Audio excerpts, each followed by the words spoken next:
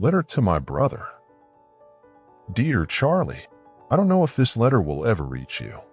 The post is unreliable here, swallowed up by mountains, rivers, and more often than not, the blood of men who carried letters like this one in their pockets. But writing to you feels like holding onto a piece of home, a piece of sanity in a world where sanity is little more than a fleeting shadow. Italy isn't at all like I imagined when I heard of it back home in Brooklyn.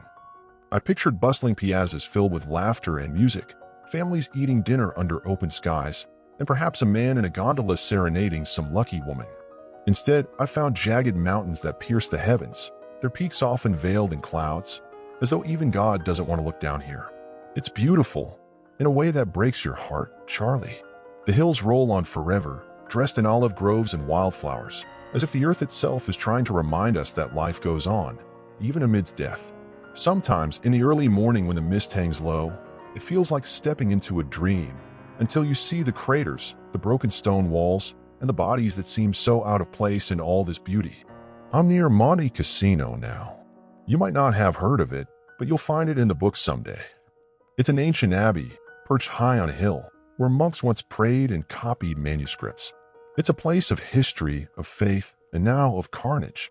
The Germans have turned it into a fortress. They say no one can take it, and judging by the countless men who've tried and failed, I'm inclined to believe them. Last night, we moved into position, crawling on our bellies through mud that smelled of rot and despair. You'd laugh if you saw me, your big brother Edward, face down in the dirt like a kid playing hide-and-seek. But there's no laughter here, Charlie. Just the sound of mortar fire ripping through the silence, and the cries of men who won't be writing letters home anymore. There's a boy in my unit, Joey Russo, who reminds me of you. He's got the same wide-eyed curiosity, the same knack for asking questions no one has answers to. Eddie, he said to me yesterday, why do the stars look brighter here? I didn't have the heart to tell him it's because the sky isn't crowded by city lights. Or maybe it's because the darkness here is so complete it makes the stars seem defiant. Joey doesn't know yet what I know, that those stars can't guide us, that there's no roadmap for what we're doing here. He still believes in heroes, in victories that mean something. I envy him, Charlie. I envy the way he still believes there's an answer to all of this. I should go. They're calling us to move forward again. But before I end this, I want you to know something. If I don't come back, it's not because I didn't try. It's because this place, this war, it's bigger than all of us. And if you ever find yourself standing on a hill like this one, staring down into a valley filled with smoke and death, promise me you'll turn around and walk the other way. Take care of Ma and Pa, tell them I love them. And Charlie, don't grow up too fast. Stay the kid who catches fireflies in jars and dreams of touching the stars. I'll write again soon. The rain hasn't stopped for 3 days now. It's the kind of rain that soaks you to the bone, seeps into your skin, and makes you forget what warmth ever felt like. I can't remember the last time I was dry. The mud here is unlike anything I've ever seen, thick and clinging, like it's alive and trying to pull you under. Joey says it reminds him of quicksand, and he's not wrong. We've lost men to it, not their lives, but their boots, their weapons, their hope. Yesterday, we finally moved closer to Monte Cassino. I don't know how to describe the sound of the artillery fire here, Charlie. It's not like fireworks on the 4th of July. It's deeper, more visceral, like the earth itself is screaming. The shells come down with such force they shake the ground beneath us, and for a moment, you forget if you're standing on solid land or if you're falling into some abyss. The abbey looms above us, a silhouette against the stormy sky. I wonder sometimes what the monks who built it would think if they could see it now, surrounded by barbed wire and machine guns. There's a strange stillness about it, like it's watching us, judging us. Joey says it gives him the creeps, but I find it almost comforting. It's the only thing here that hasn't changed, the only thing that doesn't feel temporary. We had to clear a farmhouse yesterday to use as cover. It was still standing, barely, though the roof had been blown off and one wall leaned so precariously I was sure it would collapse at any moment. Inside, we found a table still set for dinner, plates, cups, even a bottle of wine, all covered in a layer of ash. There were no bodies, no sign of the family who'd once called it home. Just silence and that damned rain dripping through the broken ceiling. Joey picked up a porcelain figurine from the floor, a little angel with a chipped wing. "Do you think they'll come back for this?" he asked me. I didn't have the heart to tell him no, that they were probably buried under rubble somewhere or worse. So I just shrugged and told him to put it in his pocket. That night, as we huddled together for warmth, Joey pulled out the angel and placed it on a rock. "For good luck," he said. "It's funny, isn't it? How we cling to these little things, these scraps of hope, as if they can shield us from what's coming." This morning, we lost another man. His name was Frank, though everyone called him Red because of his hair. He was from Kansas, I think, though I can't be sure. Funny how little we really know about each other here. We share everything, our food, our fears, our last cigarettes, but we rarely talk about home. It's like we're afraid that if we say it out loud, we'll forget how to get back to it. Red stepped on a mine while we were advancing toward a ridge. One moment he was there, laughing at some stupid joke Joey made, and the next, he wasn't. I don't remember hearing the explosion. I just remember the sudden silence that followed, the way everyone froze, like time itself had stopped. We didn't bury him. There was no time.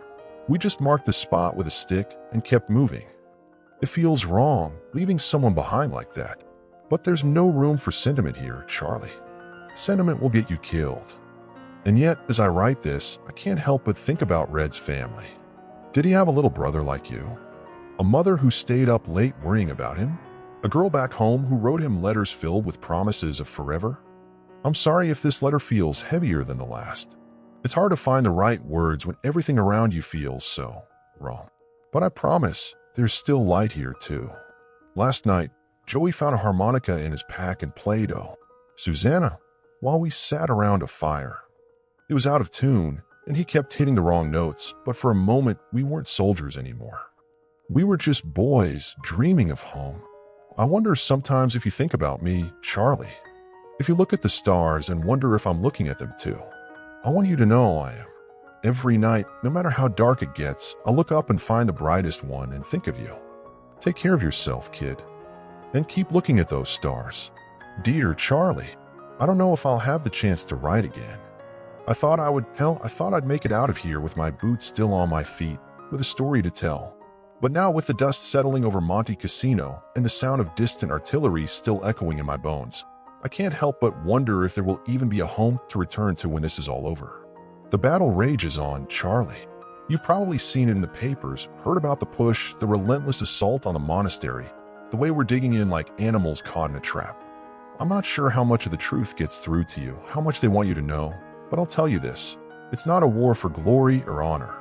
It's a war of survival, of holding on to something that feels real when everything around you is falling apart. We've lost so many men. More than I can count, more than I ever thought possible. It's as though the earth itself is swallowing them up one by one. The bodies, the blood, the screams, they're all starting to blur together, Charlie. I can't tell where the pain ends and the silence begins. It's the kind of silence that eats at your soul, the kind that makes you question if you're even alive anymore.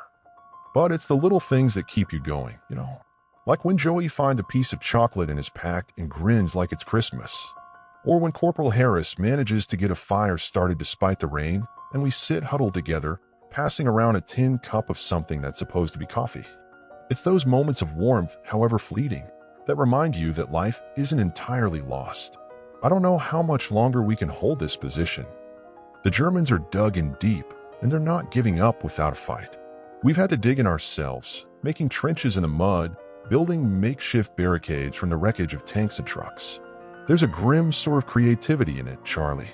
You wouldn't believe the things we've used for cover, pieces of old furniture, bits of shattered stone, even the remains of a church bell that got torn down in an airstrike. But even in the midst of all this destruction, there are moments of beauty. I saw it this morning when the sun broke through the clouds for the first time in days. The hills, those same hills that have been our prison, glowed with a golden light. For a second, I almost forgot where I was. It was as if the world had paused, just for a moment, to remind me of what we're fighting for. And then the shelling started again. I've been thinking a lot about home lately, Charlie. I know you're probably doing the same. Do you remember the way Ma used to make those apple pies? She'd set them out on the windowsill to cool, and the whole house would smell like cinnamon and sugar.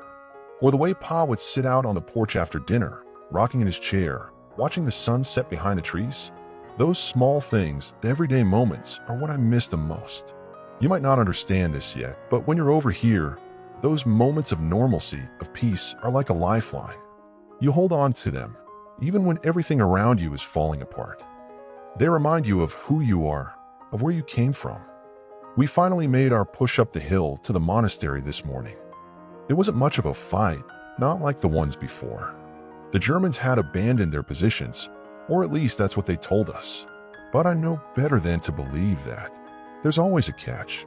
When we reached the top, we found the monastery almost untouched. The walls were scarred by bullets, the windows shattered, but the building itself surprisingly intact. I don't know why, but something about it struck me. Maybe it's because it felt like the last remnant of something sacred, something that wasn't meant to be destroyed. It almost felt like it was waiting for us, like it had stood through centuries of war and turmoil just to see us here. I think about that sometimes, Charlie. I think about what happens to the things we leave behind, the things that endure. And I wonder if I make it back, if I'm lucky enough to be one of the ones who walks away from this place. Will anything be the same? Will we still be able to pick up the pieces of our lives and rebuild? Or will we carry the weight of this war with us forever? There's a boy, Tommy Alvarez, who's been with us since the start. He's just a kid, Charlie, barely 18. I don't think he even knows what he's fighting for anymore. Yesterday, he looked up at the monastery and asked me if it was worth it. All this, he said, for a pile of rocks. I didn't have an answer for him. What could I say? Maybe you'll understand one day when you're older. Maybe you'll never need to. I hope not. I hope you never have to understand what it means to stand on the edge of something like this and feel like the world is falling apart at your feet. I don't know how this will end. I don't know if I'll be around to see the peace, or if peace will even come. But I do know this, Charlie. I want you to live. Live for both of us. Live for all the things we've taken for granted, those small moments of beauty, of light, of life. And if you ever find yourself looking up at the stars and thinking of me, remember what I told you. Keep dreaming. Keep believing that there's something worth fighting for. Take care of mine, Pocket. And don't grow up too fast. The world out there, it's not what it seems. Love, Eddie.